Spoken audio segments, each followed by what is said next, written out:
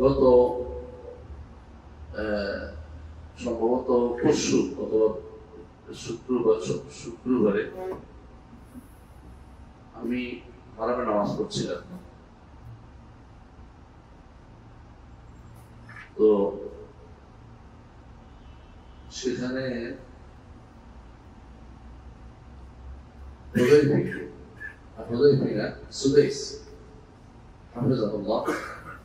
তাকে দুটি আয়াতের তেলাওয়াত করতে দেখছি। আপনারা কি খেয়াল করেছেন কিনা? মাগরিবের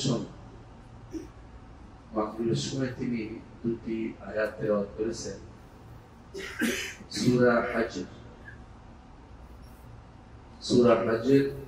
26-27 থেকে শুরু করে প্রথম রাকাতে পড়ছেন 29 নম্বর আয়াত পর্যন্ত। 26, 27, 28, 29। পরের রাকাতে পড়েছেন 30, 31, 32, 33। আমি এই বিষয়টা নিয়ে আলোচনা করতে চাচ্ছি। সূরা হাজ আপনি কি বুঝছেন? সূরাতুল হাজ অর্থ হচ্ছে সূরাতুল সিয়াম নাই, সূরাতুল যাকাত নাই, তো হজের নামে একটা সূরা আছে। হজের মাসাইল সূরা বাকারাতে বর্ণিত হয়ে গেছে মৌলিকগুলি। এখানে তাৎপর্যগুলি বর্ণনা করা হয়েছে। প্রথম রাকাতে তিনি বলেছেন যে আয়াত আল্লাহ তাআলা তেলাওয়াত করে সূরা হজের 26 নম্বর আয়াত তেলাওয়াত করেছেন, ওয়াইজ বাওয়ানা লিইব্রাহিম মাকানাল বাইত আল্লা তুশরিক বিশাই ওয়া তাহহির বাইতি লিত-তাইফিনা ওয়াল কায়িমিনা ওয়া রুকআস সুজুদ। অর্থ হচ্ছে যখন আমরা দেখিয়ে দিলেন ইব্রাহিমকে ঘরের জায়গা, আল্লাহর ঘর কোথায় বানাবে জায়গা দেখিয়ে দিলাম। কি জন্য? আল্লাহ তুশরিক বিশাই, যাতে আল্লাহর সাথে কাউকে শরীক না করা। আল্লাহর ঘর বানিয়ে দিয়েছে, এই ঘরে যেন কোনো শিরিক না। ইব্রাহিম আলাইহিস সালাম এই ঘর যখন বানাচ্ছিলেন তখন তিনি বারবার দোয়া করতেছিলেন। কোরআনে কারিমে সূরা বাকারা থেকে আসছে। কি দোয়া করেছিলেন? বারবার দোয়া করেছিলেন যে আল্লাহ রব্বানা তাকাব্বাল মিন্না ইন্নাকা আনতাস সামিউল আলিম, আল্লাহ আপনি কবুল করেন। আপনি চিন্তা করেছেন মরুভূমিতে একটা ঘর বানাচ্ছে এবং ছেলে সহযোগিতা করতেছে, ইসমাইল, দুজনে আল্লাহর নির্দেশ পালন করতেছে, আবার দোয়া করতেছে আল্লাহ কবুল করুন। একটু ওই দৃশ্যটা একটু খেয়াল করুন যে দুজনে ঘর বানাচ্ছে, আবার কান্নাকাটি দোয়া করতেছে, আল্লাহ কান্নাকাটি দোয়া, আল্লাহ আপনি কবুল করুন। ইন্নাকা আনতাস সামিউল আলিম। আল্লাহ আমাদেরকে মুসলিম বানান, আমাদের উম্মতদেরকে মুসলিম বানান, আমার বংশধরকে মুসলিম বানান, আমাদের মধ্যে নবী পাঠান। দোয়া করে করে কিন্তু আল্লাহ তাআলার ঘর তিনি বানাচ্ছেন। কিন্তু আল্লাহ কি বলছেন? তিনি তো দোয়া করছেন না, তার উদ্দেশ্য একটা, আল্লাহ তুশরিক বিশাই, আমার সাথে যেন কোনো শরীক না। আল্লাহর সাথে যদি শিরিক হয়ে যায় তাহলে জীবন একেবারেই বিফলে চলে যাবে, কোনো কাজে লাগবে না। এই জন্য আগে আমাদের জানতে হবে শিরিক কেমনে হয়। কাবা ঘর তাওহীদের প্রতীক, শিরিক যেন না হয় এই জন্য কাবা ঘর বানানো হয়েছে, যেটা একমাত্র আল্লাহর ইবাদত হয়। আমরা কাবা ঘরের ইবাদত করি না, কাবা ঘরের রবের ইবাদত করি। সূরা কুরাইশের মধ্যে আল্লাহ তাআলা বলছেন লিইলাহি কুরাইশি ইলাহিহিম রিহলাতাশ শিতা'i ওয়াস-সাইফ ফালিয়াবুদু রাব্ব হাযাল বাইত। যেহেতু কুরাইশরা সফরে যাইত শীতকালে এবং গ্রীষ্মকালে, তাদের ঘরটা, তাদের জন্য আল্লাহ তাআলা পৃথিবীটাকে অত্যন্ত নিরাপদ করে দিয়েছে। এই কথাটা তিনি আল্লাহ উল্লেখ করে বলতেছেন, যিনি তোমাদেরকে নিরাপদ করে দিয়েছেন ভয় থেকে, যিনি তোমাদেরকে নিরাপদ করে দিয়েছেন ক্ষুধা থেকে, কারণ তোমার ব্যবসার ব্যবস্থা করে দিয়েছেন, এই ঘরের রবের ইবাদত করো। এই ঘরের রবের ইবাদত করার জন্য ঘরটাকে রাখা হয়েছে প্রতীক। এই ঘরে কিন্তু আল্লাহ তাআলা থাকেন, আল্লাহ তাআলার সম্মানার্থে এটা করা হয়েছে। প্রতি তালাতেই জমিনে বাইতুল্লাহ কাবা, আবার আসমানে প্রতিক্ষণে আল্লাহর ঘর আছে, ফেরেশতারা তাতে ইবাদত করে। সামায়ের দুনিয়া যেটা আছে এটা বাইতুল ইজ্জা, আর সপ্তম আসমানে যেটা আছে এটা নাম বাইতুল মামুর। এই দুইটার কথা হাদিস দিয়ে পাওয়া যায়, বাকিগুলো হাদিস দিয়ে পাওয়া যায় না, যেটা বলছি। তবে ইবাদত করার জন্য আল্লাহর অনেক প্রাণী আছে। ফেরেশতারা আকাশের প্রতি বিগত জায়গাতে রাসূল বলছেন যেখানে একজন ফেরেশতা দাঁড়িয়ে আল্লাহর ইবাদত করছেন, অথবা সিজদারত আছে অথবা রুকুতে আছে। ইবাদত এত বেশি আল্লাহ করতেছে, আল্লাহ বান্দারা এমন বান্দারা করতেছে যারা কোনোদিন গুনাহ করে, কোনো গুনাহ করে। যদি শুধু ইবাদতেই আল্লাহ উদ্দেশ্য হতো তাহলে ফেরেশতারা যথেষ্ট ছিল। ইবাদত আমরা করব কিন্তু আল্লাহ ক্ষমা করে দিবেন, এই জন্যই বাইতুল্লাহর কাছে ডাক দিতে বলেছেন। আল্লাহ কোরআনে কারীমে বলেছেন, ওয়া'আযিন ফিন-নাসি বিল-হাজ্জি ইয়াতুকা রিজালান ওয়া আলা কুল্লি দাওয়ামিন ইয়াতিনা মিন কুল্লি ফাজ্জিন আমীক। আযিন ফিন-নাসি বিল-হাজ্জ, মানুষের মধ্যে হজের জন্য আহ্বান জানান। এই আহ্বান ইব্রাহিম আলাইহিস সালাম তিনি জাবাল আবু কুবাইসে দাঁড়িয়ে তিনি জোরে ডাক দিলেন, আইয়ুহান নাস ইন্নাল্লাহ কাতাবা আলাইকুম হাজ্জা ফাহজ্জু। হে মানুষেরা, আল্লাহ তাআলা তোমাদের উপর হজ ফরজ করে দিয়েছেন, হজ করতে আসো। সেই থেকে হজের যে প্রচলন হয়েছে কিয়ামত পর্যন্ত একটা সময় পর্যন্ত হজ চলবে, কাবা ভাঙা না হওয়া পর্যন্ত হজ চলবে। আল্লাহ তাআলা ইব্রাহিম আলাইহিস সালামের এই বাণী যারা যারা শোনানোর দরকার তারা শুনে ঠিকই আসছে, আপনিও শুনে আসছেন।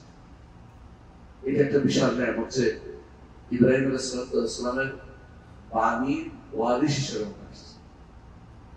ইব্রাহিম আলাইহিস সালামের প্রত্যেকটি কাজ, আরাফা বলেন, মুজদালিফা বলেন, মিনা বলেন, সাফা মারওয়া বলেন, কাবা বলেন, প্রত্যেকটি কাজের কিন্তু মূল কিন্তু ইব্রাহিম আলাইহিস সালাম। তার একজন নবী রেখে যাওয়া ওয়ারিশি সম্পত্তি আমরা নিচ্ছি, আরেকজন নবীর দেখিয়ে দেওয়া পদ্ধতিতে সে দিচ্ছে।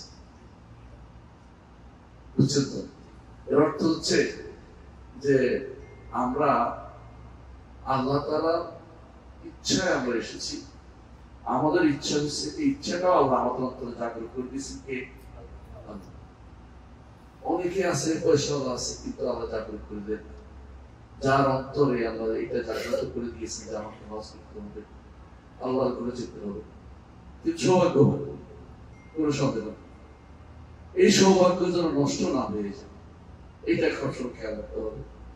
আমি এত তাওহীদের জন্য এসেছি, দিন আল্লাহ একমাত্র আল্লাহর ইবাদত প্রতিষ্ঠা করার জন্য এসেছি, আপনারাই বলছি আল্লাহ শুধুমাত্র আপনারই ইবাদত করি, আপনারই রাজত্ব ঘোষণা করতেছি, আপনার জন্যই সবকিছু ঘোষণা করতেছি। আপনি ছাড়া আমার আর কারো ইবাদত আমি করবো না, কার কাছে সাহায্য চাইবো না, এই ওয়াদা করতেছি। এখান থেকে যাওয়ার প্রয়োজন আর কোনোদিন বিকল্পটা না হয়।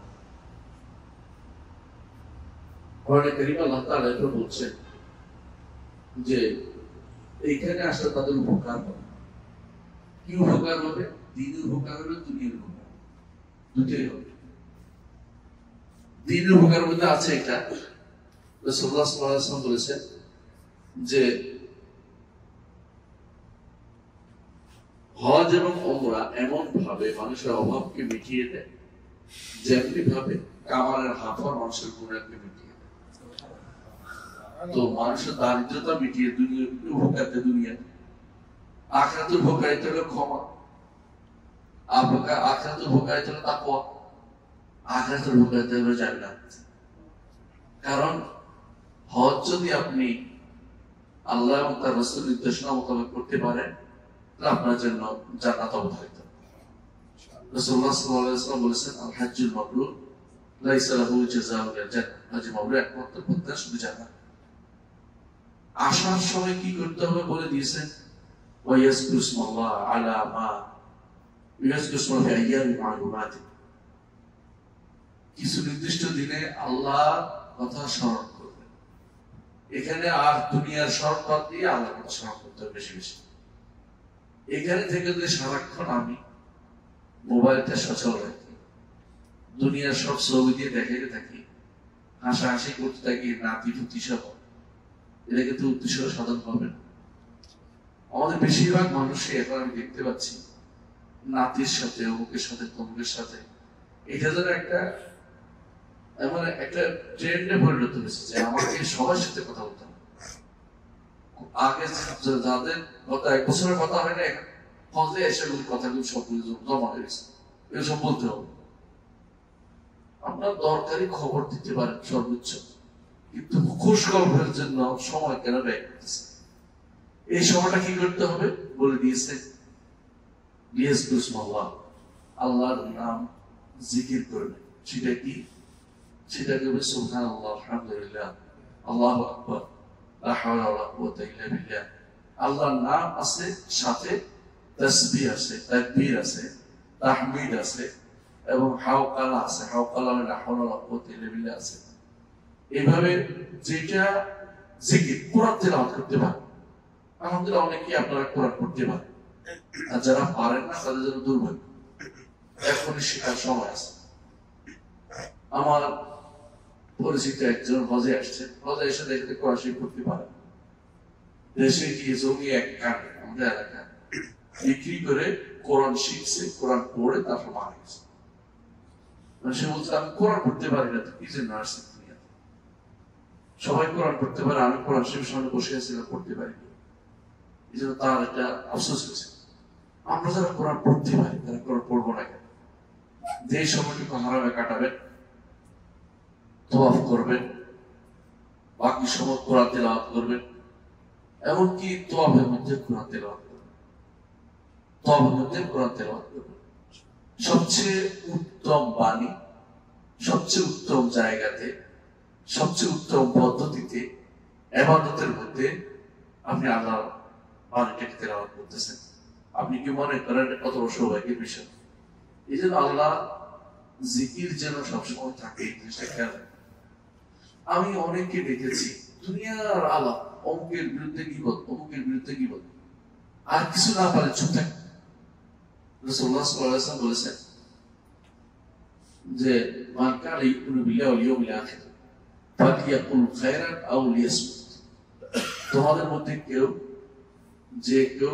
আল্লাহর উপর ঈমান রাখে, আখিরাতের উপর রাখে, সে যেন ভালো কথা বলে অথবা চুপ থাকে। দুটো একটা, ভালো কথা বলবেন অথবা চুপ থাকবেন।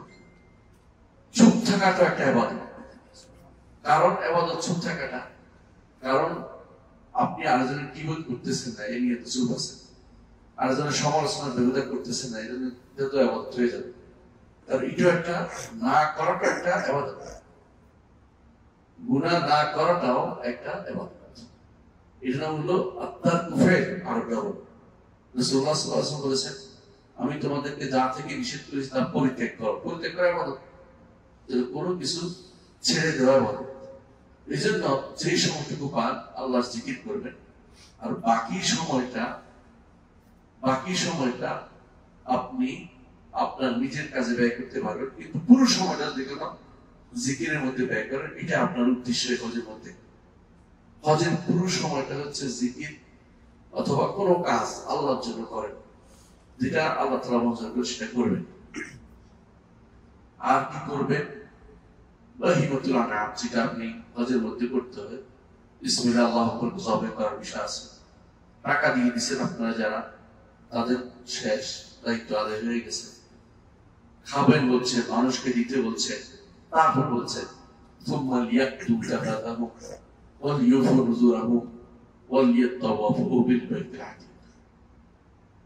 আপনি আপনার খারাপ অবস্থা এটাকে ময়লা টয়লা দূর করবেন, মানত পুরা করবেন, তারপরে কি করবেন? আল্লাহর ঘরে তওয়াফ করবেন। আপনারা খেয়াল করেছেন ঘুরে ফিরে আবার আল্লাহর ঘরে নিয়ে আসছে, আপনাকে দাওয়াত দিছে, আল্লাহর ঘরের কাছে নিয়ে আসছে। পৃথিবীতে এমন কোন ঘর নাই যার তওয়াফ হইতে পারে, একমাত্র আল্লাহর ঘর ছাড়া। আল্লাহর ঘরে তওয়াফ করা ইবাদত, আর কোন ঘরে তওয়াফ করা শিরক। আর যে কোনো ঘরে তওয়াফ করা শিরক। পৃথিবীতে জগতে আর কোন ঘরে তওয়াফ করা চলে না। হ্যাঁ, উপরে ফেরেশতারা তওয়াফ করে, বাইতুল মামুরে তওয়াফ করে তারা, সেটা আলাদা কথা। কিন্তু পৃথিবীতে মানুষের জন্য একমাত্র ঘর যার তওয়াফ করতে হবে সেটা হচ্ছে বাইতুল্লাহ, আল্লাহর ঘর। আল্লাহর ঘরে তওয়াফের বিষয়টি আমরা সংখ্যায় না করে সময় ভিতরে, আমাদের মধ্যে যারা মহিলারা আছেন তারা তো ঢুকতেই পারে, যে সময়টুকু তারা পান তওয়াফে কাটিয়ে দেয়, যতক্ষণ পারে 7 চক্কর দিয়ে 2 রাকাত নামাজ পড়ে, 7 চক্কর দিয়ে 2 রাকাত নামাজ পড়ে যতক্ষণ পারে। এটা কিন্তু 2 রাকাত পড়তে হবে। আর যারা পারে না নিচে, তারা উপরে দিয়ে তওয়াফ করে। পুরো সময়টা ধর আপনি 7 বার করতে, কিন্তু 1 বার করছেন, সওয়াবে কিন্তু হেরফের হবে, বেশি হবে, কারণ আপনি লম্বাটাই ইবাদতের মধ্যে নিজেকে রাখছেন। আর কুনুত, তুলুল কুনুত, রাসূলুল্লাহ সাল্লাল্লাহু আলাইহি ওয়াসাল্লামকে জিজ্ঞাসা করা হয়েছিল কোন ইবাদত, কোনটা সালাতের কোন অংশ বেশি কবুল হয়? তিনি বলছেন তুলুল কুনুত, লম্বা সময় যেটাতে তেলাওয়াত করা হয়। আপনি লম্বা সময় যদি কোনো যা পারেন সূরাগুলো 10 বার করে পড়লেন, অথবা কোরআন নিয়ে পড়লেন দেখে দেখে, এটাও কিন্তু বিশাল। অথবা দোয়া করলেন, জিকির করলেন, যথেষ্ট। 1 বার করলেও এটা 10 বার করার চেয়ে বেশি। আল্লাহ যদি 1 বার কবুল করেন, আল্লাহ যদি 1 বার কবুল করেন, আপনার কিন্তু 10 বার করা দরকার নেই। 1 বার কবুল হলেই কিন্তু বিশাল, 1 বার কবুল হলেই বিশাল। ইব্রাহিম আলাইহিস সালাম দোয়া করছেন, রব্বানা তাকাব্বাল মিন্না ইন্নাকা আনতাস সামিউল আলিম। আল্লাহ কিন্তু কবুল করে নিয়েছেন। সুতরাং সেই হিসেবে দোয়া করবেন, সবসময় চোখে পানি ফেলে কান্নাকাটি করে আল্লাহ যেন কবুল করে। এবং দোয়া এই জন্য চেষ্টা করবেন কাউকে যেন না দেখে, আপনার দোয়া একান্তে করবেন, কেউ দেখার দরকার নেই। কেউ যেন বুঝতেন আবার আপনি কাঁদছেন, কেউ বুঝতেন আবার আপনি আল্লাহর কাছে যাচ্ছেন। আপনি আল্লাহর কাছে একান্তে চাইবেন, তিনি আপনার রব, আপনি তার বান্দা, আপনি তার দাস, আপনি তার দাসী। দাস দাসের কাজ হচ্ছে মনিবের কথা অনুসারে চলা। মনিব যেভাবে বলে সেভাবে শুধুমাত্র চলবে। আল্লাহর যে সমস্ত সম্মানের জায়গাগুলো আছে, এগুলোকে সম্মান করতে হবে। সম্মান করার অর্থ হচ্ছে এগুলো নিয়ে উচ্চ করা যাবে। যেমন দেখেন, আমাদের সম্মানের জায়গা অনেক সময় কষ্টের জায়গা পরিণত হয়। হাজরে আসওয়াদ নিঃসন্দেহে সম্মানের জায়গা, মাকাম ইব্রাহিম সম্মানের জায়গা। কিন্তু এখানে যদি মারামারি করি অথবা মাকাম ইব্রাহিম যদি কোনো হাত দিয়ে করি, তাহলে কি হবে? অসম্মান করা হবে, যেটা শরীয়ত অনুমোদন করে না।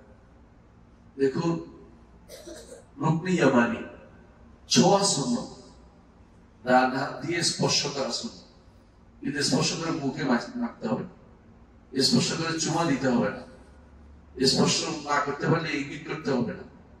এগুলি কিন্তু আল্লাহ সীমা রেখাকে সম্মান করা।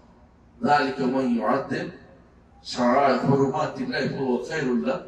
যে ব্যক্তি আল্লাহ তাআলার নিদর্শনকে, সম্মানীয় জিনিসকে সম্মান করে, মর্যাদা দেয়, আল্লাহ তার জন্য উত্তম। তারপর আল্লাহ তাআলা বলছেন যে ফাজতানিবু রিজসা মিনাল আওথান ওয়াজতানিবু কাওলাজ যুর।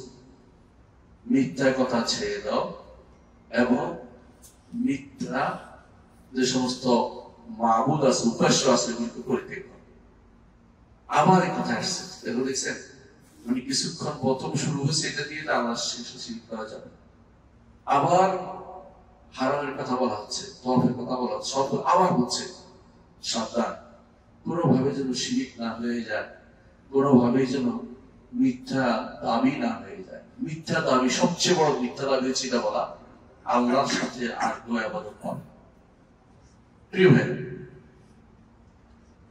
এইটার নাম হচ্ছে তাওহীদ, যেটা বারবার বলা হচ্ছে। এইটার নাম হচ্ছে তাওহীদ। এইটারই কথা বলা হচ্ছে হুনাফা লিল্লাহ গায়রা মুশরিকিন বিহি। আল্লাহ এই আয়াতের মধ্যে বলছেন, আল্লাহ তাআলা সূরা দ্বিতীয় আয়াতের মধ্যে যেটা বোঝায় তেলাওয়াত করেছেন সুলাইস হাফিজাহুল্লাহ, হুনাফা লিল্লাহ, একান্তভাবে আল্লাহর জন্য ইবাদত করতে হবে। আমার প্রত্যেকটা কাজ আল্লাহর জন্য, আমি আমার চলাফেরা উঠা বসা আল্লাহর জন্য হবে। আপনি হবেন এমন পর্যায়ে যেটা রাসূলুল্লাহ সাল্লাল্লাহু আলাইহি ওয়াসাল্লাম বলেছেন, হাদিসে কুদসিতে আল্লাহ তাআলা বলেন, মান আদা লি ওয়ালিয়ান ফাকাদ আযানতু বিল হক। কেউ যদি কোনো আমার বন্ধুর সাথে বন্ধুকে কষ্ট দেয়, তার সাথে আমি শত্রুতা নামলাম। বন্ধুটাকে আল্লাহর বন্ধুত্ব যে তাওহীদ বাড়িয়েছে, আল্লাহর বন্ধুকে যে আল্লাহর জন্য একনিষ্ঠভাবে কাজ করে সে, এবং রাসূলুল্লাহ সাল্লাল্লাহু আলাইহি ওয়াসাল্লাম বলে দিয়েছেন, আমি আমার বান্দার উপর যা ফরজ করেছি এইটা ব্যতীত কোনো কিছু দিয়ে বান্দা আমার বেশি নৈকট্য অর্জন করতে পারবে না। এর অর্থ বুঝছেন কিনা? সবার আগে কিসের গুরুত্ব দিতে হবে? ফরায়েজের। সবার আগে ফরায়েজের গুরুত্ব দিতে হবে। আমরা ফরায়েজ হচ্ছে নফলের ক্ষেত্রে একটু বেশি দিতে চাই। ফরজ তো আছেই, নফল আগে করে নি, এটা কিন্তু শরীয়তের উদ্দেশ্য। যত কিছুর আগে ফরজ। আমাদের অনেক বোনরা বিশেষ করে দেশে যখন যাবে দেখবেন নামাজ পড়বে, জোহরের নামাজ আসরের সাথে যাই, তাদের জন্য আর সময় হয় না। দুনিয়ার সব কাজ করবে, খাবে দাবে, এরপরে নামাজ দিয়ে যাবে, অথবা রান্না বান্না শুরু করবে ঠিক 1টা বাজে, যে সময় নামাজ পড়ার কথা ছিল। অনেক পুরুষ মানুষের সেটা আছে, দেরি করে নামাজ পড়বে, কারণ তার মধ্যে ফরজের গুরুত্ব আসে না। যাকে আল্লাহ ভালোবাসেন তাকে ফরজের গুরুত্ব দিয়ে দেন। আল্লাহ নৈকট্য অর্জন করতে হলে ফরজ সালাত যখন হবে, একটা মানুষের তার শরীরের মধ্যে সারাক্ষণ একটা অবস্থা হবে, তৈরি হবে যে সে ফরজ সালাত না করে থাকতে পারে। রাসূলুল্লাহ সাল্লাল্লাহু আলাইহি ওয়াসাল্লাম যখনই অবস্থা হতো তার সমস্যা হতো, বলতেন, আরে হ্যাঁ আমি সালাত হে বিলাল, সালাত দিয়ে আমাকে আরাম দাও। অর্থাৎ সালাত পড়লে আমি শান্তি পাবো, সালাত পড়লে আমি শান্তি পাবো। আর আমরা সালাত পড়ে আজান দিতেছি, পার্থক্য বিশাল। মানুষ বলে না যে যাক শেষ করলাম, এটা না করে সালাতের মধ্যে শান্তি খুঁজতে হবে, এবং এটা সবচেয়ে বেশি ফরজ সালাতের মধ্যে। এটা সহিহ হাদিসে কুদসিতে আল্লাহ তাআলা বলে দিয়েছেন। তারপর বলেছেন ফরজ সালাতের পরে যখন আল্লাহ নৈকট্য অর্জন করে, আরো বেশি নৈকট্য অর্জন করার জন্য বান্দা আমার নফল কাজগুলি করে। আর নফল কাজগুলি করতে করতে এমন একটা অবস্থা হয়ে যায়, তখন আমি তার চোখ হয়ে যায়, হাত হয়ে যায়, পা হয়ে যায়। অর্থ কি? আমি যা বলি তা করে। এটা উল্টো অর্থ বুঝেন, উল্টো অর্থ বুঝলে ঈমান থাকবে না। অর্থাৎ যখন সে আমি যা চাইতে বলি সেটা দেখে, চোখ পড়েছে হারামে, ফিরে ফেলবেন যে কোনো মূল্যে, তাকিয়ে থাকবেন না। আমি যেটা দেখতে বলেছি সেটা দেখে, আমি যেটা ধরতে বলছি সেটা ধরে। হারামে হাত দিব না। নিজেকে তখন এরকম হয়ে যায়, ইচ্ছা করলো হারামের দিকে হাত বাড়াইতে পারে না। 10টা টাকা পড়ে আছে, হারামে নিতে পারবেন না। হারাম এলাকায় কোনো টাকা পড়ে থাকলে সেটা কিন্তু একদম নিষেধ, হারাম। হারাম এলাকায় পড়ে থাকলে কোনো দিন নিতে হয়, জিতেই হোক, আপনার না হলে আপনি সেটা ধরবেন। এটা হারাম এলাকা, বিশেষ হুকুম। অন্য জায়গাতে পাওয়া গেলে বলতে হয় আমি এটা জিনিস পাইছি, এটা ধরাই নিষেধ, টোকানোই নিষেধ। টুকিয়ে ধরা বলা আমি পাইছি এটা বলা নিষেধ।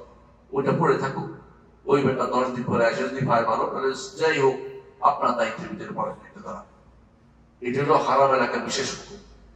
এখানে হাত বাড়াইতে আপনি পারছেন না, ঠিক হারামের দিকে পা বাড়াইতে পারবেন না, এবং হারাম কিছু শুনতে পারবেন না। হারাম আপনার শোনাটাও আল্লাহ তাআলা যেটা পছন্দ করে সেটা শুনছেন। আল্লাহ কি পছন্দ করে? বলে কোরআন তিলাওয়াত পছন্দ করে, আর কি পছন্দ করে? জিকির পছন্দ করে। আল্লাহ শুনতে চায় লাব্বাইক, আল্লাহ শুনতে চায় তাকবীর, তাসবিহ, সুবহানাল্লাহ, তাসবিহ, এগুলো আল্লাহ শুনতে চায়। তাকবীর এগুলো শুনতে চাচ্ছে আল্লাহ তাআলা। আপনার মুখ দিয়ে আর কিছু বের না হয়। হুনাফা লিল্লাহি গায়রা মুশরিকিন বিহি, তারপর আল্লাহ তাআলা বলছেন, একটু খেয়াল করেন, ওয়া ইউশরিক বিল্লাহ, যে কেউ আল্লাহর সাথে শরীক করে, ফাকান্নামা খাররা মিনাস সামা, সে যেন উপর থেকে পড়ল। উপর থেকে যদি পড়ে, বিমান থেকে আপনার ফেলে দেন, বিমান থেকে ফেলে দিলে কি বাঁচার উপায় আছে? ফাকান্নামা খাররা মিনাস সামা ফাতাখতাফুহু আত-তায়র, পাখি তাকে ছিন্ন ভিন্ন করে ফেলবে। শুধু যে সে যে পড়ে সোজা পড়তেছে তা না, পড়ার পরে তাকে পাখিরা কি করলো, শো দিয়ে নিয়ে ছিন্ন ভিন্ন করে আকাশে গিয়ে বলল, অথবা বাতাস তাকে দূরবর্তী জায়গাতে নিয়ে ফেললো, আরো বেশি কষ্ট দিল। তাকে প্যারাসুট দিয়ে নামার ব্যবস্থাও করা হয় না। আপনি কি চিন্তা করেছেন কেন নিচে ফেলে দেওয়ার কথা বলেছে? কারণ যে ব্যক্তি তাওহীদের উপর আছে সে তো উপরে চলে গেছে। তাওহীদের উপর থাকা অর্থই হচ্ছে সে অনেক উপরে উঠেছে এবং সে জান্নাতে যাওয়ার জন্য এলিজিবল পারসন হচ্ছে। কিন্তু যখনই সে তাওহীদ থেকে মুক্ত হয়ে শিরকে চলে গেছে, তখনই সে রশিটা ছিঁড়ে ফেলেছে। যে রশিটি উপরে উঠছিল রশিটা ছিঁড়ে গেছে, আর সেই রশি ছিঁড়ে গেলে তার জন্য কোনো ভালো জায়গা অপেক্ষা করে নাই, তার জন্য শুধু খারাপই অপেক্ষা করতেছে। এই জন্য তাওহীদ হচ্ছে হাবলুল্লাহিল মাতিন, আল্লাহর এমন এক রশি, যে রশি দিয়ে আপনাকে জান্নাতে নিতে আল্লাহ তাআলা রাশি নামাই দিয়েছেন। কোরআনের আরেক নাম হচ্ছে হাবলুল্লাহিল মাতিন, কোরআন আঁকড়ে ধরলে জান্নাতে যেতে পারবে, নিয়ে যাচ্ছে উপরের দিকে, আপনাকে ছেড়ে দিচ্ছেন পড়ে শেষ হয়ে যাবে। এই জন্য ইসলাম এরকম, রাসূলুল্লাহ সাল্লাল্লাহু আলাইহি ওয়াসাল্লাম লম্বা একটা রেখা আঁকছে এবং বলছে হাজি সাবিলি, হচ্ছে আমার পথ, এই পথে চলে জান্নাতে। কিন্তু পথটা হারিয়ে ফেলছেন, পথের রশি হারিয়ে ফেলছেন, পথের রশি ছিঁড়ে গেছে। এই ছেঁড়া রশি দিয়ে আর উপরে উঠতে পারবেন না, আবার রশি তৈরি করে আবার উঠতে হবে। তাওহীদ ঠিক না করে জান্নাতে যাওয়ার কোনো পথ আপনি পাবেন না। এই জন্য উদাহরণটা দিয়েছে সেরকম, যে ব্যক্তি আল্লাহর সাথে শরীক করলো সে তো তার রশিটা ছিঁড়ে ফেলেছে, যে রশিদের উপর উঠতো সেটা ছিঁড়ে গেছে। এখন সে এমন ভাবে পড়ছে, পড়ার সাথে সাথে সে ছিন্ন ভিন্ন হয়ে যাচ্ছে, অথবা দূরে কোথাও নিয়ে ফেলছে, যেখান থেকে তারা বের হয়ে আসার কোন সম্ভাবনা নেই। এই জন্য কোন ক্রমেই যেন শিরিক না হয় সেটা আমাদের জানা দরকার। এবার আল্লাহ তাআলা বলছেন, ওমান ইউআযযিম শাআইরাল্লাহি ফাইন্নাহা মিন তাকওয়াল কুলুব, যে ব্যক্তি আল্লাহর নিদর্শনকে সম্মান করে এটা তার অন্তরে তাকওয়া আছে, প্রমাণ পাবে। আপনি যদি কোনো হারামে বসে চিৎকার করেন, হারামে বসে চিৎকার করেন, চেঁচামেচি করেন, বুঝা যায় আপনার সম্মান মর্যাদা হচ্ছে না, মজা দিচ্ছেন। একটা উদাহরণ দেই, ওমর রাদিয়াল্লাহু আনহু একদিন দেখছেন মসজিদ নববীতে দুইজন চিল্লাতে আছে। তখন তিনি বললেন যে তোমাদের বাড়ি কোথায়? বলছে আমাদের বাড়ি তায়েফে, অর্থাৎ মক্কা। বলে যদি তুই মদিনাবাসী হতো লাউজারতুকুমা দরবা, দুজনে পিঠে আমি সবাই হতাম। তোমরা কি যার মসজিদে ছিলে, তোমরা এই মসজিদে কেন চিৎকার করে কথা বলা যায় কেন? এই মসজিদগুলোতে কি জন্য করা হয়েছে? মসজিদগুলোকে লিযিকরিল্লাহ, আল্লাহ জিকিরের জন্য। আমরা যখন বিশেষ করে আমি দেখেছি আমাদের বাংলাদেশি ভাইরা সবচেয়ে বেশি চেঁচামেচি করি এবং এমন কথা বলি পিছনে তাকে যে আর কেউ কথা বলে না, অন্যরাও বলছি না, আমাদের মধ্যে কথা বেশি। এত কথা বলে মসজিদে বসে, যেটা আমাদের অনেক কিছুকে, অনেক সুযোগকে হাতছাড়া করে দেয়। এখানে আপনি সুবহানাল্লাহ ইস্তেগফার করতে পারতেন। যত বেশি ইস্তেগফার করবেন তত বেশি আপনার আল্লাহর কাছে আপনার মর্যাদা বৃদ্ধি পাবে। আর যত বেশি আপনি ইস্তেগফার থেকে দূরে থাকবেন তত বিপদ পড়ে গেছেন। রাসূলুল্লাহ সাল্লাল্লাহু আলাইহি ওয়াসাল্লাম নিজে 100 বারের বেশি ইস্তেগফার করতেন দিন রাতে, আর একই বৈঠকে 70 ঊর্ধ্বে তিনি ইস্তেগফার করতেন, সাহাবায়ে কেরাম করতেন। আমরা গুনাহগার মানুষ, আমরা ইস্তেগফার করি না। তার গুনাহ নাই, তিনি ইস্তেগফার করতেন। পার্থক্য কত বেশি! অথচ এটা না করে আমরা শুধু কথা বলি, এমনকি এমন কথা বলে যাচ্ছে যে কোনো অর্থহীন, দরকার নাই তবু কথা বলে। এবং তার কথার কারণে একজন কোরআন পড়তে পারতেছেন, আরেকজনের হয়তো সালাত আদায় করতে পারতেছেন, আরেকজনের চিন্তা গবেষণা করতে পারতেছে না। এই পুরোটাই কিন্তু আপনার আমার হজের মধ্যে বড় ধরনের ক্ষতি করে যাচ্ছে। এখন তো শুধু কথা না ভাই, একটু আগেও বলেছিলাম ছবি তুলি, আল্লাহে এর চেয়ে ক্ষতিকারক জিনিস আমি আর দেখি না এখন বর্তমানে। প্রত্যেক জায়গাতে শ্রমিক করতেছে। হাজরা আসওয়াদ বলেন, ওইখানে যারা তোয়াব বলেন, শাড়ি বলেন, মানে মনে হয় যেন এটা একটা এমন কাজ হচ্ছে যেটা না করলে তার জীবন চলে যাবে। বিশ্বাস করুন, দয়া করে ছবি তোলা বন্ধ করে দিন। একজনও করবেন না ছবি। কি জন্য ছবি তুলবেন? আপনি যা করেছেন গোপন করে রেখে দিন। আল্লাহ তাআলা লা ইউআজিল মুহসিনিন, নেককারদের কোনো কিছু আল্লাহ তাআলা কখনো নষ্ট করবেন না। আল্লাহ তাআলা যেন বলছেন ওয়াবাশশিরিল মুখবিতিন, যারা মুখবিত, একান্ত আল্লাহ তাআলার কাছে বিনয়ী, আল্লাহ তাদেরকে সুসংবাদ দিচ্ছেন। বাস এই আয়াতের মধ্যে দিচ্ছেন, সূরা হজের মধ্যে। একান্তে আল্লাহর কাছে চোখের পানি পড়ছে, কান্নাকাটি করছে যে আমার জীবনে হয়তো শেষ সফর, হয়তো আমি আরেকবার আসতে পারবো না, হয়তো আমার এটাই কবুল হবে, এখানে যত বেশি করে যেতে পারবো এটাই জমা হবে আমার আমলনামায়। এই সুযোগটা হাতছাড়া করা যাবে। যখন এই সুযোগ আসবে এটাকে লুফে নিতে হবে, কারো কথা শোনা যাবে না। প্রয়োজনে যদি দেখেন যে দুইজন আলাপ করবে, বলে তুমি কেন থাকো, আমি একটু দূরে যাই। কারণ হয়তো পারে সে সরকার তারে খোঁচাই দিচ্ছে যে কথা বল, কথা বল, তুই এদের জিজ্ঞাসা কর।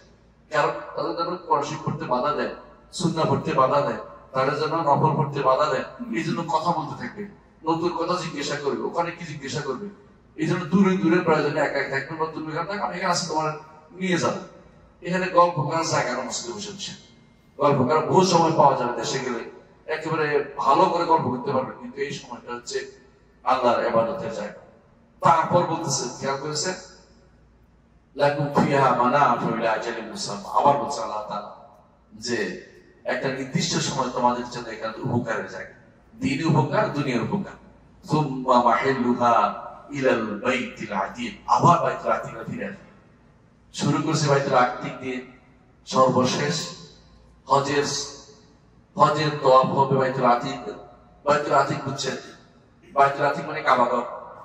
বাইতুল আতীক দিয়ে শুরু করেছি, আর সেই আবার বাইতুল আতীক দিয়ে হজ শেষ করব, আবার বাইতুল আতীক দিয়ে যাওয়া শুরু করব। তিনটে আল্লাহ তাআলা আয়াতে উল্লেখ করেছে, মাহিল্লুহা ইলাল বাইতিল আতীক, সর্বশেষ কাজ হবে বাইতুল আতীকের দিকে আমাদের পৌঁছানো। এরপর আল্লাহ তাআলা বলছেন, লিকুল্লি উম্মাতিন জাআলনা মানসাকা, প্রতিটি জাতি কোনো না কোনো ইবাদতের পথ বাছিয়ে নেয়, কিন্তু আমাদেরকে আল্লাহ এই ইবাদতের সুন্দর পদ্ধতি দিয়েছেন। তারপর বলেছেন ওয়া ইলাহুকুম ইলাহুন ওয়াহিদ, আমাদের রব এক, ইলাহ এক, কাবা এক, কোরআন এক, নবী এক। বুঝছেন তো?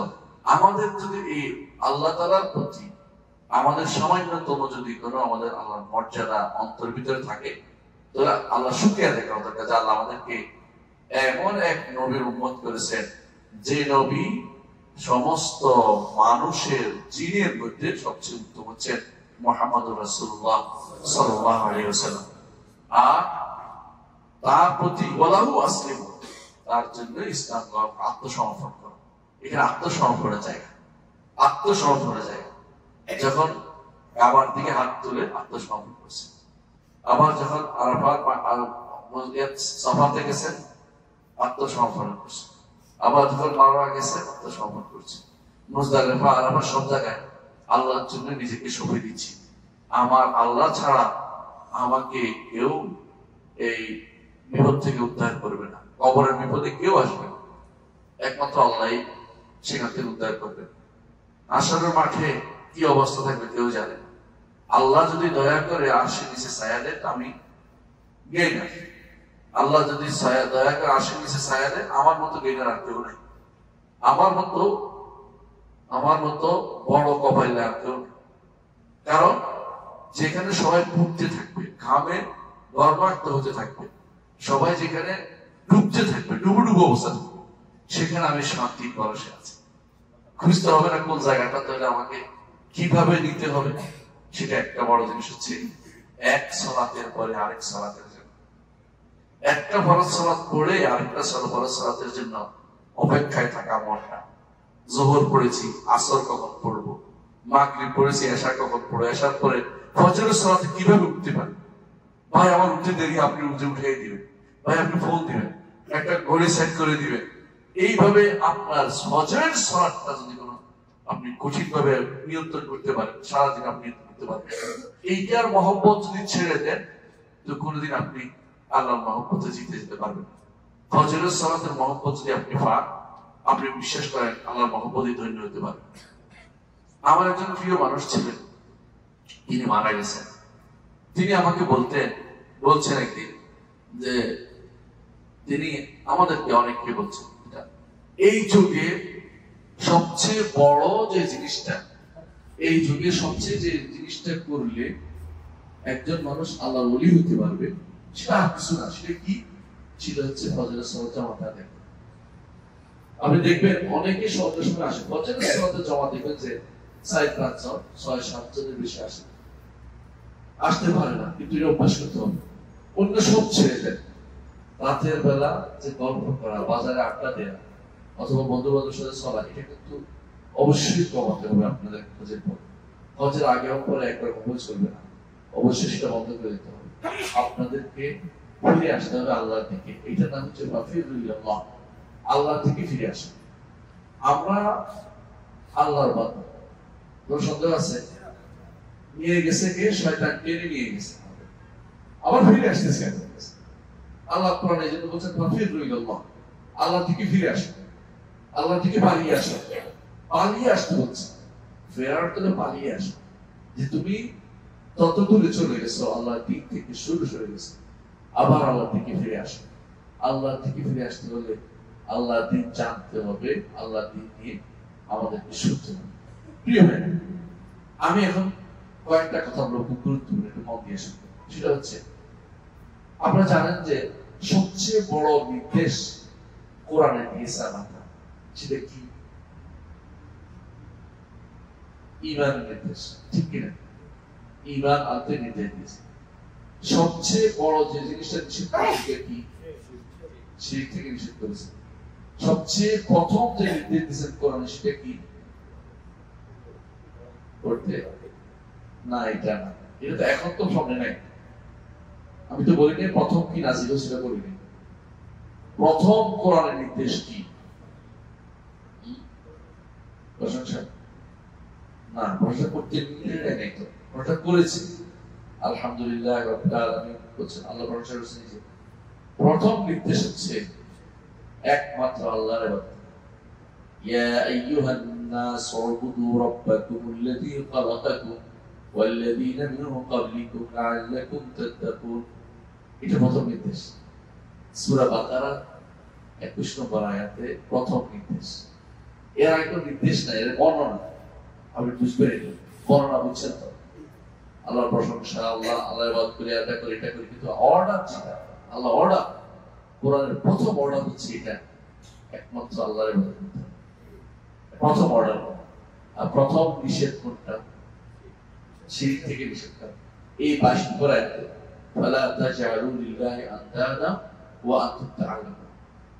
তোমরা জানো যে আল্লাহ ছাড়া তোমাদেরকে কেউ সৃষ্টি করে নাই, রিজিক কেউ দেয় না, শুধু আল্লাহর সাথে ইবাদতে কাউকে শরীক করো না।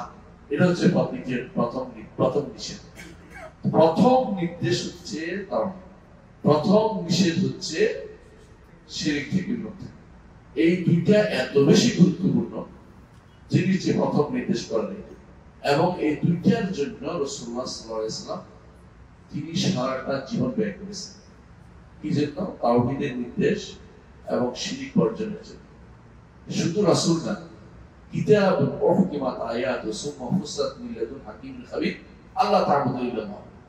কিতাবও নাযিল হয়েছে এই জন্য যে যেন আল্লাহ ব্যতীত কারো ইবাদত না হয়, একমাত্র আল্লাহর ইবাদত হয়।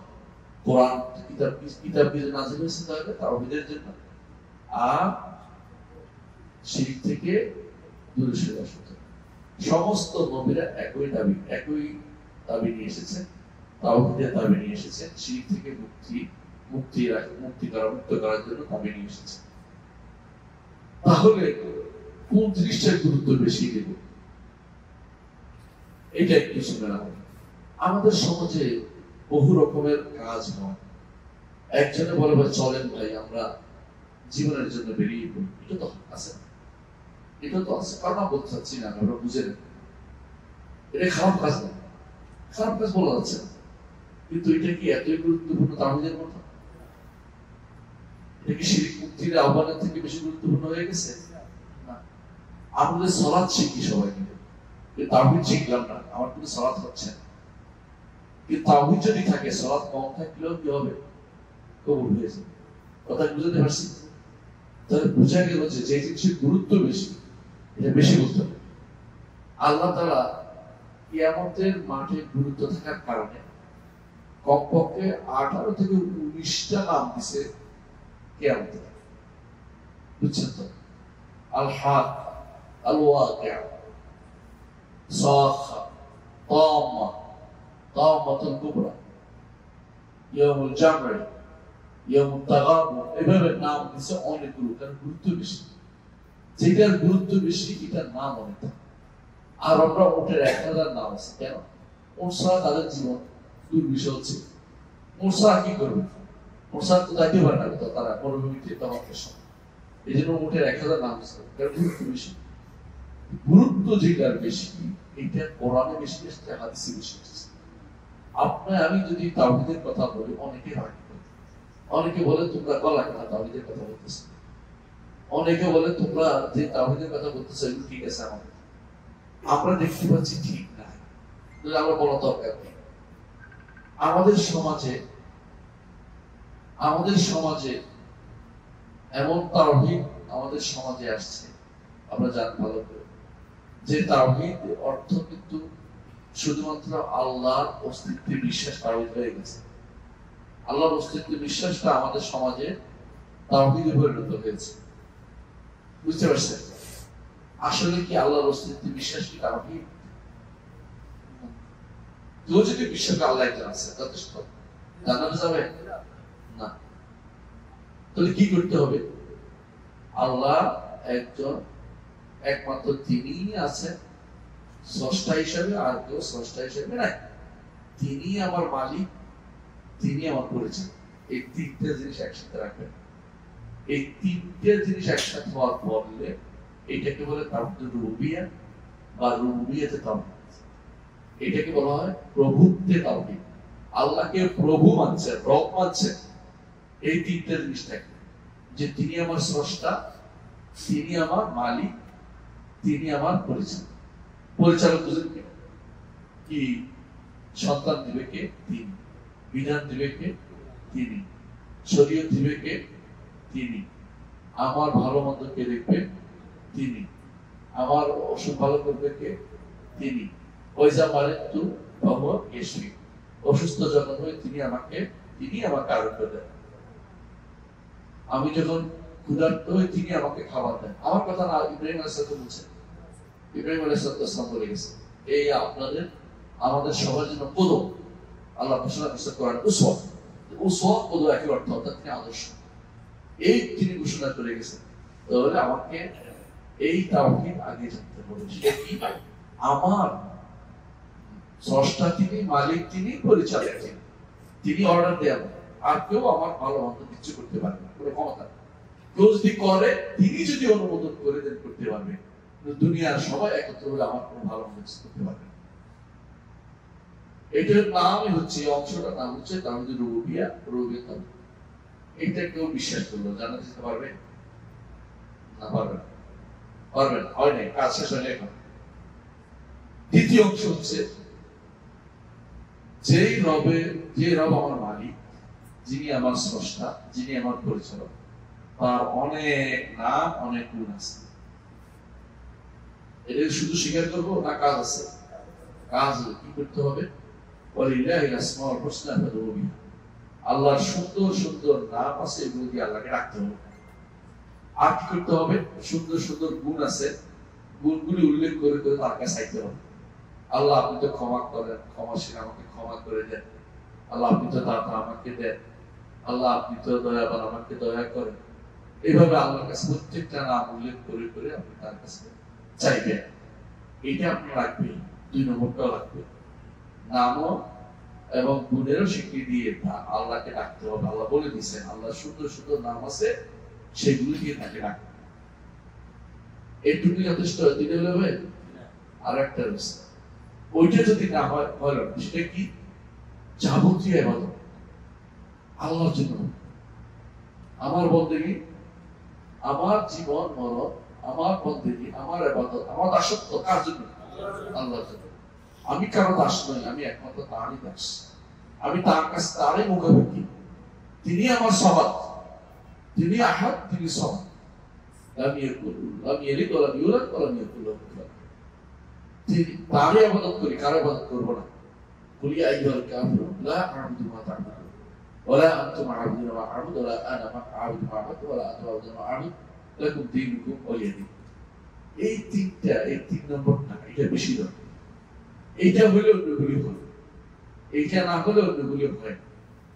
আপনার আমার জীবনের আপনার দরকার, আপনার সন্তানকে প্রথমে শিক্ষা দেওয়া দরকার।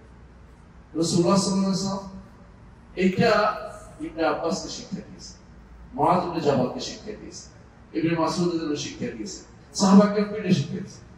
তিনি বাজারে বাজারে যেতেন এই 3 নম্বর এই দাওয়াতটা নিয়ে। কেন? এটা বললে অন্যগুলি মানবে, এটা বললে অন্যগুলি মানবে। আপনি যদি কোনো কাবার তোয়াফ করেন তো তোয়াফের নিয়ম মেনে চলতে হবে, কথা বুঝলেন তো? কিন্তু শুধু নিয়ম মানছে তোয়াফ করলে না, কাজ হলো না। এই জন্য রাসূলুল্লাহ সাল্লাল্লাহু আলাইহি ওয়াসাল্লাম বাজারে বাজারে যে বলতেন, আইয়ুহান নাস কুলু লা ইলাহা ইল্লাল্লাহ, হে মানুষরা বলো লা ইলাহা ইল্লাল্লাহ, শপথ করতে পারবে আল্লাহ ব্যতীত কোনো মাবুদ নেই। ইলাহ অর্থ আমাদের সমাজে আমাদের বিভিন্ন বইতে ভুল লেখা আছে। ইলাহ অর্থ মাবুদ, উপাস্য। ইলাহ অর্থ জীবনদাতা, আইনদাতা, ক্ষমতাদাতা, এগুলি কোনোটাই ইলাহ অর্থ না। ইলাহ অর্থ হচ্ছে আমার পক্ষ থেকে আল্লাহর দিকে যা যাবে সেটাই, সেটা হচ্ছে উলুহিয়্যাহ। আমি কি করছি আল্লাহর জন্য, অর্থাৎ আমি কি করি, সিজদা করি, রুকু করি, দান করি, আমি কি করি, তওয়াফ করি, সাই করি, এগুলো আল্লাহর থেকে উঠে যায়, আমার দিক থেকে যা উঠে যায় এটা হচ্ছে ইবাদত। এটা কি ইবাদত? এটা নাম হচ্ছে তাওহীদুল ইবাদত বা ইবাদতে তাওহীদ। আরেকটা হচ্ছে আল্লাহর দিক থেকে যে নেমে আসে, সেটা কি? ক্ষমা, রহমত, দয়া এবং সাহায্য সব কার থেকে আসে? উপর থেকে আসে। এটা নাম হচ্ছে রুবুবিয়্যাহ। আর এই ইবাদত করার মাধ্যমটা হচ্ছে দুইটা। আল্লাহর 2 ধরনের নাম আছে, কিছু আছে ইবাদত করার জন্য, কিছু আছে তার স্বীকৃতি দিবে যে তিনি আমার রব, তিনি আমার রব, মালিক। মালিক তার নাম, মালিক ইয়াউমিদ্দিন, তিনি রব্বুল আলামিন। আবার কিছু আছে ইলাহ, মাবুদ, তিনি কিছু নাম। এই জন্য নামগুলো দুটোই বুঝায়, কখনো রুবুবিয়্যাতের দিকে যায়, কখনো উলুহিয়্যাতের দিকে যায়, দুটোই বুঝতে পারবেন। এই 3টি জিনিসের 5টি জিনিসের মূলত 5টি জিনিস। আল্লাহ তাআলার একটা সত্তা সাব্যস্ত করি, আল্লাহ তাআলার কর্ম সাব্যস্ত করি যে তিনি এগুলি করেন, কি সৃষ্টি করেন, মালিক তিনি, মালিকানা তার এবং পরিচালনা তার। কর্ম দুইটাকে বলা রুবুবিয়্যাহ, সত্তা এবং কর্ম। আর দুইটার নাম এবং গুণ, এটাকে বলা হয় আসমা ওয়া সিফাত, নাম এবং গুণ। আর 3 নম্বর হচ্ছে অধিকার। আল্লাহ যেটা পারবে এটা আল্লাহকে দিতে হবে, আর কাউকে দেয়া যাবে না। আর কাউকে যদি শরীক করি তো আল্লাহ নিবে না, আল্লাহ এটা নিবে না, কোনো অংশ নিবে না। এটার নাম হচ্ছে তাওহীদুল উলুহিয়্যাহ বা ইবাদত। তাহলে আমরা কয়টা পেলাম? সত্তার কর্ম, এটা হলো রুবুবিয়্যাহ। আসমা ওয়া সিফাত হলো নামগুলো, তাই নামগুলো আসমা ওয়া সিফাত। আর অধিকার হচ্ছে তাওহীদুল ইবাদত। আমি আল্লাহর জন্য কি করব? তিনি তো আমাকে জীবন দিলেন, মৃত্যু দিলেন, দায় দিলেন, সম্মান দিলেন, নিয়ামত দিলেন, রহমত দিলেন। আমি আল্লাহর জন্য কি করতেছি? আল্লাহর জন্য যেটা করতেছি এর বিপরীতে, এটা নাম হচ্ছে ইবাদত। এই 5টি জিনিস যদি কোনো ব্যক্তি না করে, সে ব্যক্তি জান্নাতে যেতে পারবে, কোনো কথা না, জান্নাতে যেতে পারবে। আপনি চিন্তা করেন, এই 5টি জিনিস যদি কোনো পরিবার থাকে, কোনো ব্যক্তি করবে, আপনি করলেন, উনি করলেন, উনি করলেন, আমরা কি এর বাইরে হারামে যেতে পারি? আর কিছু করা লাগে? করা লাগে। তাহলে তাওহীদের দাওয়াত কেন দিতেন নবী রাসূলগণ? অন্য কিছু দাওয়াত তারা কেন দিতেন না? এটা কি আমাকে বুঝিয়ে বলার দরকার আছে? একটা পরিবার সোনালী পরিবার হয়ে যেতে পারে, একটা পরিবার একেবারে রাসূলুল্লাহ সাল্লাল্লাহু আলাইহি ওয়াসাল্লাম দরবারে ওই সমস্ত লোকদের মনে হয়ে যেতে পারে যারা সবকিছু ছেড়ে চলে আসছে, কালেমা লা ইলাহা ইল্লাল্লাহ, এরকম পরিবার হয়ে যেতে পারে। যদি তাওহীদ ঠিক থাকলে সব ঠিক। কিন্তু আমাদের সমাজে এই জায়গা ঠিক নাই বলেই আমরা এক একজন এক এক দিকে খোঁচা। কেউ বলে চলেন আমার সাথে বেরিয়ে পড়ে, কেউ বলে না চলেন আমার সাথে আমরা মারামারি শুরু করে দিই, কেউ বলে চলেন আমরা কিছু একটা করে কিছু একটা তো করতে হবে। তখন আমরা নিকরি সেই করি না বলতে চাচ্ছি না, আমার বুঝেন এগুলি কোনোটাই আপনাকে মুক্তি দিবে না। মুক্তি যদি পেতে হবে, আল্লাহ জান্নাত পেতে হবে, যদি আল্লাহ তাআলার কাছে আপনার মর্যাদা উত্তীর্ণ করতে হয়, আল্লাহর প্রিয় পাত্র হতে হয়, তাওহীদ দিয়ে চলে, কিছু রাখবেন তাওহীদ দিয়ে চলে। এই তাওহীদের ভিতরে সব আছে। এই তাওহীদ যদি আপনি প্রতিষ্ঠা করতে পারেন, প্রত্যেকটি ব্যক্তি প্রতি পরিবারে আল্লাহ দিন প্রতিষ্ঠা হয়ে যাবে। এটা হচ্ছে দিন প্রতিষ্ঠা। দিন প্রতিষ্ঠার ভিন্ন ব্যাখ্যাটা গ্রহণযোগ্য না। নবীরা এটা প্রতিষ্ঠা করে গেছেন, এটার জন্য জান দিয়েছেন, এটার জন্য তাদের সারা জীবন ব্যয় করেছেন। এমনকি কোন কোন নবী আসছেন তার অনুসারী একজন হয়েছে, কোন কোন নবী আসছে একজন হয়নি, তাদের কোনো ক্ষতি হয় না, কারণ তারা দাওয়াত দিয়েছে।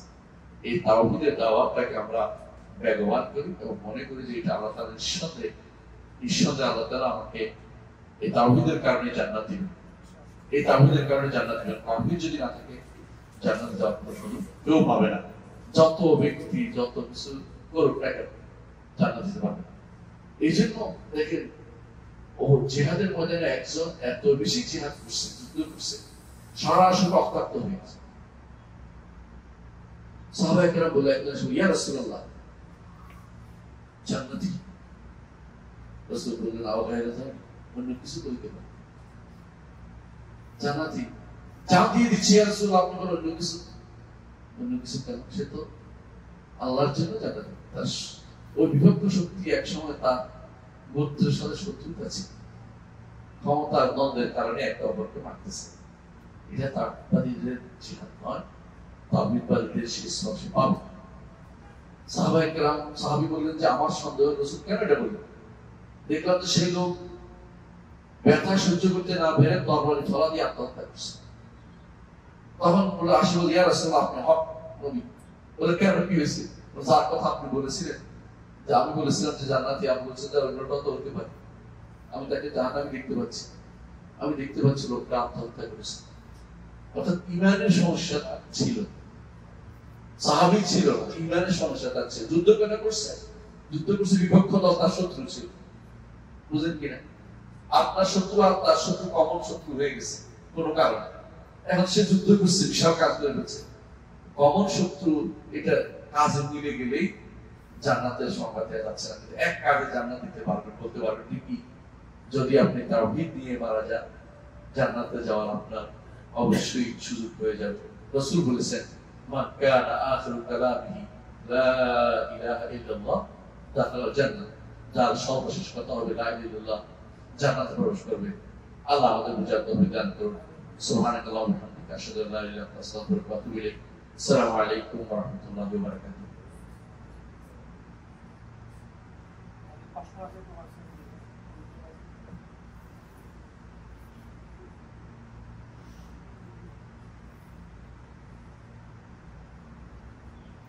প্রশ্ন পাঠিয়ে দেন আমার কাছে। আচ্ছা, সাহায্যের জন্য আসে সবাইকে আমি আমভাবে সাহায্য করে।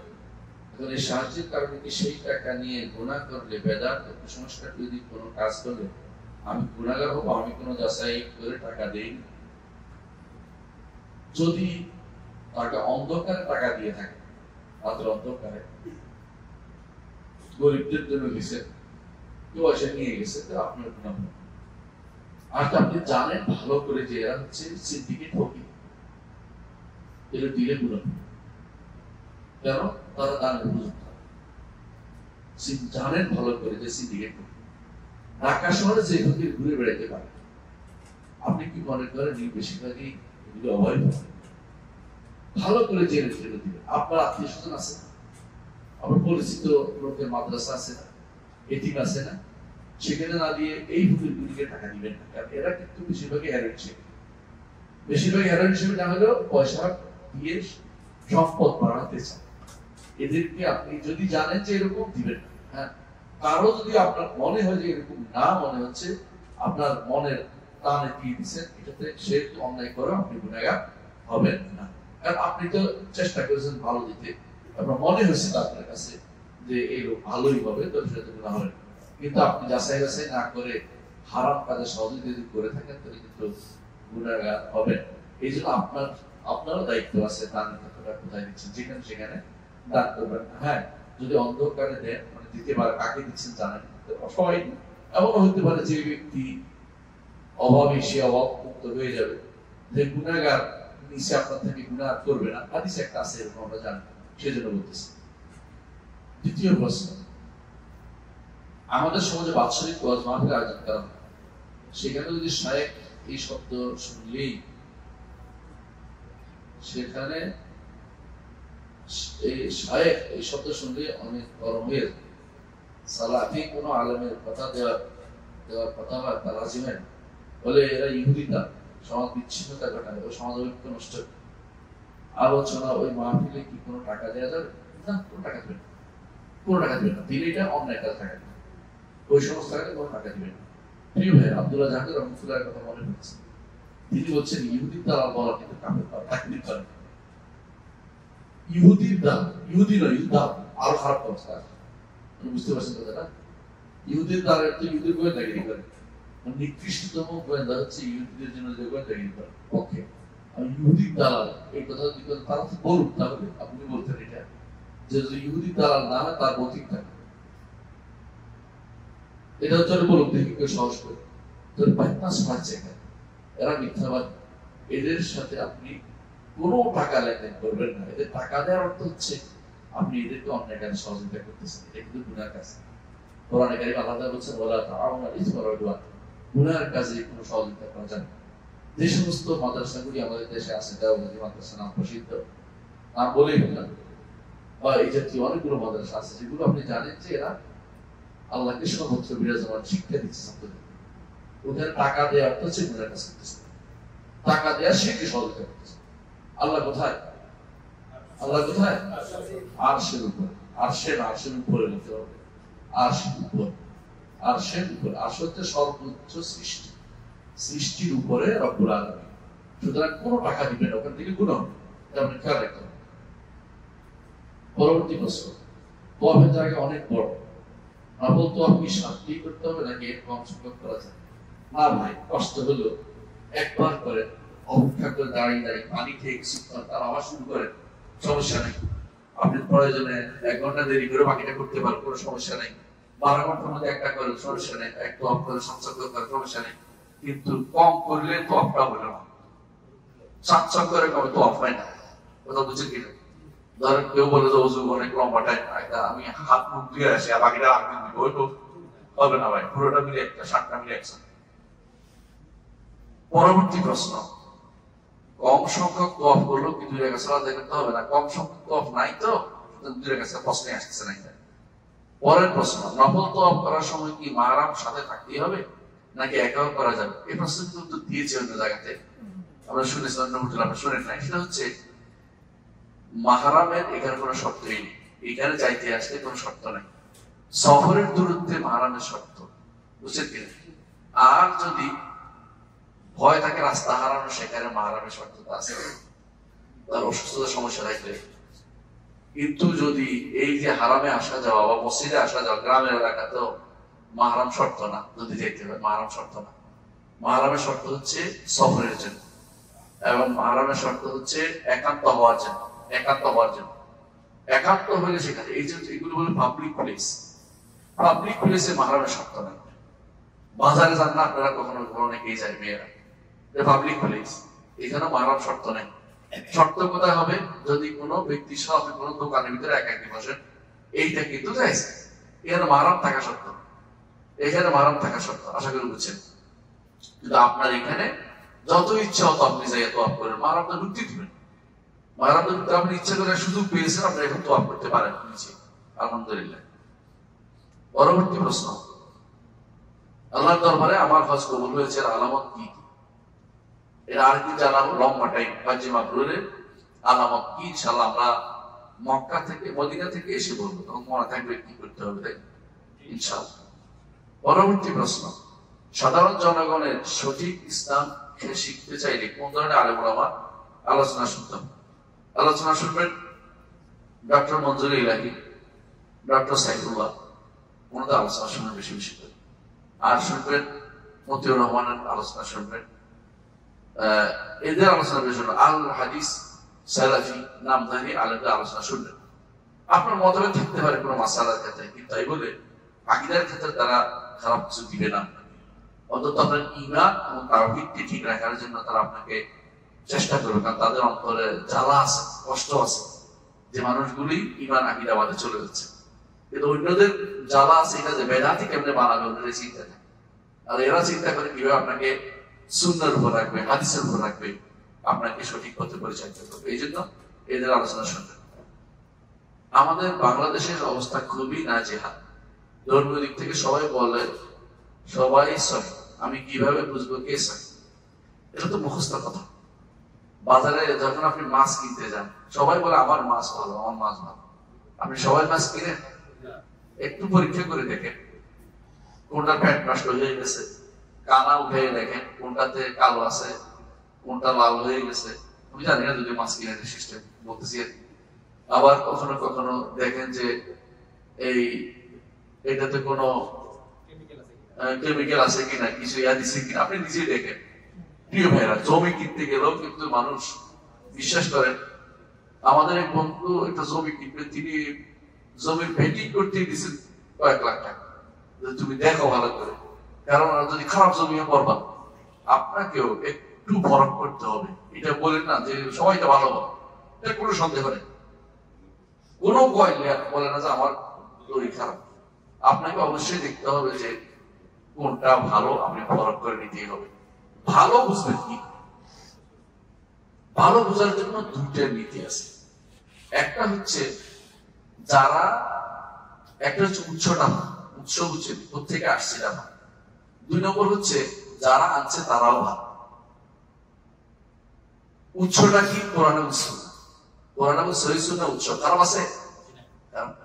যারা আনছে ওরা কারা? নবীরা, সাহাবীরা।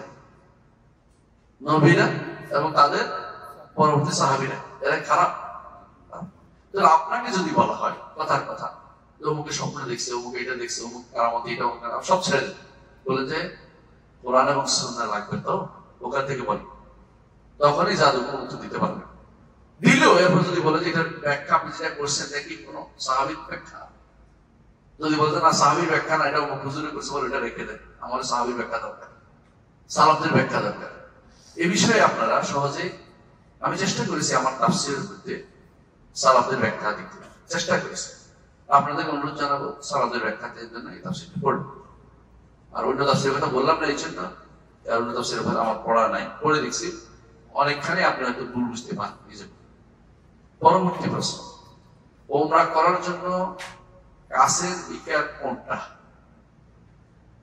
যদি বলেন যে একটা নিষ্কণ্টক ওমরা করবেন, তাহলে আপনাকে, আমরা যেখান থেকে ইয়াতে গিয়েছিলাম, তায়েফ গিয়েছিলাম আসার পথে, যেটা এটা থেকে ওমরা কারনুল মানাজিল বলে, এটাকে ওয়াদি মহরেব বলে, এখন ওয়াদি মহরেব বলে, মহরেবের উপত্যকা, মানে ইহরাম বাইরের উপত্যকা, এটা কারনুল মানাজিল। আকাশও কিন্তু আমরা এখান দিয়ে আসি। আশ্চর্য বিষয় হচ্ছে আকাশও কিন্তু আমরা এই সোজায় আসি। তো বোঝা যাচ্ছে এইটা কিন্তু সবচেয়ে কাছের এবং সবচেয়ে নিষ্কণ্টক, সন্দেহ মুক্ত একটা এই মিকাত, এখান থেকে করে নেন, যাতে প্রশ্ন আর করার কোনো সুযোগ না থাকে। পরবর্তী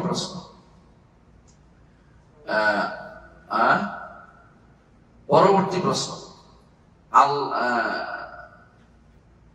তাওয়াফের সময় হাজর আসওয়াদ এ ইশারা করার পর হাতের তালুতে চুমু খাওয়া যাবে কিনা? না, এটা বেদাত। এটা বেদাত। শুধু ইশারা করবে, ছুঁইতে পারলে চুমু খাবে, যদি হাত লাগাইতে পারে ওই হাতটা চুমু খাবে। কথা বুঝে আসছে? তাহলে আল্লাহু আকবার বল, বিসমিল্লাহ, প্রথমটা বিসমিল্লাহ আল্লাহু আকবার বল ডান হাতে, এরপর হচ্ছে পদগুলি আল্লাহু আকবার, আল্লাহু আকবার, আল্লাহু আকবার, আর বিসমিল্লাহ নাই, বিসমিল্লাহ নাই। প্রথম চক্করে বিসমিল্লাহ, আল্লাহু আকবার, পরেরগুলি আল্লাহু আকবার, আল্লাহু আকবার, আল্লাহু আকবার। এবং চুমু খাবেন না যদি ছুঁইতে না পারে, যদি হাজর আসওয়াদ ছুঁইতে না পারে চুমু খাবেন না। জি। পরের প্রশ্ন, তাওয়াফের জন্য অনেক ইহরামের কাপড় পরে নিচে নেমে বাইতুল্লাহ তাওয়াফ করে, অথচ তিনি ওমরার জন্য ইহরাম পরেন। বিষয়টা কিছু বলবেন? বিষয়টি তো আমরা আগে বলেছি যে আপনি তো সওয়াব চাচ্ছেন, তাই না? এটা প্রতারণা করে সওয়াব কিন্তু পাওয়া যাবে না।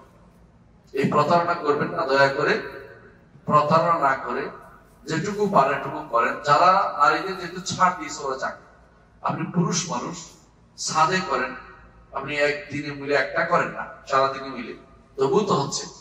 মাঝখানে খেয়ে দিয়ে আর দুটো করতে পারেন নিষেধ, কিন্তু আপনি একদিন পার হয়ে গেলে আরেকটা হচ্ছে। আপনি যদি কোনো কিছু করছেন পারতেছেন না, কখন বসে পানি টানি খেয়ে এমনকি আর একটু জিরে গেলে 20 মিনিট 1 ঘন্টা দিলে আবার করছেন, তাও হবে, কোনো সমস্যা নেই। কিন্তু বার গোনার জন্য এমন কিছু করবেন না যেটা মানে বেশি বার গোনার জন্য। যেটা আপনি বার কেন করতেছেন, আপনি তো করেন কোয়ালিটির দরকার, কোয়ান্টিটি তো এখন দরকার নেই। কোয়ান্টিটি দিয়ে কি হবে? সর্বশেষ প্রশ্ন আসছে, যে সকল মানুষের তাওহীদ ও আকীদার শিক্ষা দেওয়া হয় না, প্রতিষ্ঠানে দান করা যাবে না? ওগুলোতে দান করা যাবে না। তো দান করার তো হচ্ছে আপনি আরেকটা গোষ্ঠী তৈরি করছেন, তাওহীদ আকীদার বিরোধী গোষ্ঠী তৈরি করছেন, ওগুলোতে কোনোভাবে দান করবেন না।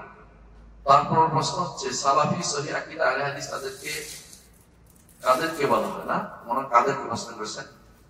সালাফি অর্থ হলো যারা কোরআন সুন্নাহ এবং সাহাবায়ে কেরামের অনুসারী, এগুলো সালাফি। সহিহ আকীদা একই কথা, যারা সাহাবায়ে কেরামের অনুসরণ করে, বিশুদ্ধ আকীদা অনুসরণ করে, এদেরকে সহিহ আকীদা বলে। আহলে হাদিস এদেরকে বলা হয়, কোনো পার্থক্য নেই, তিনটে একই নাম। সহজে যে একই জায়গায় এক নাম দেয়। যেমন ধরেন মিশরে বলে আনসারুস সুন্নাহ মুহাম্মাদিয়া, বাংলাদেশে সালাফি বলে, সহিহ আকীদা বলে, কোনো কোনো ওরা আহলে হাদিসও বলে। কিন্তু জরুরি না, নাম পরিবর্তন করা জরুরি না, আপনার নাম দিতে হবে জরুরি না। আপনি মুসলিম, কিন্তু মানহাজ হবেন সহিহ আকীদার মানহাজ চলবে না। বুঝতে পারছি? আপনি সবসময় নামের শেষে লাগাই দিবেন সালাফি, কিন্তু আপনি সালাফি না হলে কাজ হইল না। এই জন্য নাম বড় কথা না, কাজটা বড় কথা, এবং ঈমান আমারটা বড় কথা। তবে যারা কত সহিহ আকীদার দাবি করে তাদেরকে বলতে পারবেন, তুমি সহিহ আকীদার দাবিদার হলে এটা মানতে হবে, তোমাকে সহিহটা মানতে হবে। আল্লাহ আমাদের বুঝার তৌফিক দান করুন। সুবহানাকাল্লাহু ওয়া বিহামদিকা আশহাদু আল্লা ইলাহা ইল্লা আনতা আস্তাগফিরুকা ওয়া আতুবু ইলাইক। আসসালামু আলাইকুম ওয়া রাহমাতুল্লাহি ওয়া বারাকাতুহু। একটা প্রশ্ন ছিল। জি বলেন, পাঠালেন না কেন? যতবার আমরা তাও শেষ করব ঠিক তত সংখ্যক আল্লাহু আকবার বলবো না, শুধু একবার বললে হবে। যতবার তওয়াফ করুন ততবার আল্লাহু আকবার, মানে শুরুতে বিসমিল্লাহ, আবার যখন হাজরে আসওয়াদ যায় আবার আল্লাহ, আবার যখন হাজরে আসওয়াদ আবার আল্লাহ, একবার না দুইবার? একবার।